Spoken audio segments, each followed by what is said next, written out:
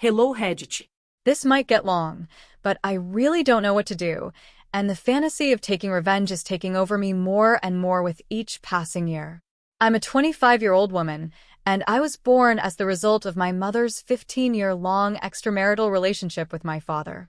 They met when she was around 25, and he was about 35, if I'm not mistaken. She worked for him and briefly knew his family, but let's be honest, she knew what she was getting into.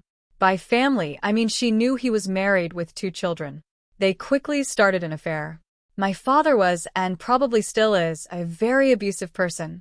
They come from a small town, and he was a powerful figure there, while my mom came from nothing.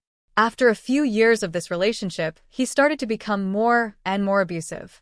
I think my mom was deeply in love with him and couldn't bring herself to leave. Bad choice, Mom. But what can I say? They tried to have a baby for a few years. He bought her an apartment in a bigger city so they could have a child safely.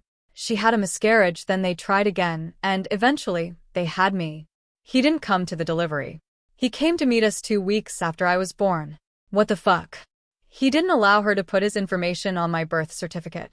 My ID says father unknown, which is embarrassing, and I hate it. That's when the real abuse began. He started to hit her, and she threatened to leave him. In the response, he started mentally abusing me. When I was 4, he left me alone in a restaurant because his family never found out about my existence, entered, and I had to somehow make it back home. He would tell me that he would run me over with a car. He would tell me that my mom would throw me out of our home, and I had to hide. She came home and found me crying in a wardrobe, hiding from her. It is so fucked up that I cannot comprehend it. My mom, despite having a poor choice in men, is an amazing person who committed everything she had for me. She loves me, I love her, and we are best friends. His actions fucked me up. His abuse and neglect fucked me up. It fucked me up to see him hitting her. It was horrible. And a reminder, he did all of that while being a model citizen, of course very Christian, very respected in his community, etc. When I was 8, he cut me off. My mom officially broke up with him, and he said that the only punishment he could give her was to hurt me, and well, it hurts a child to have a father who just goes MIA.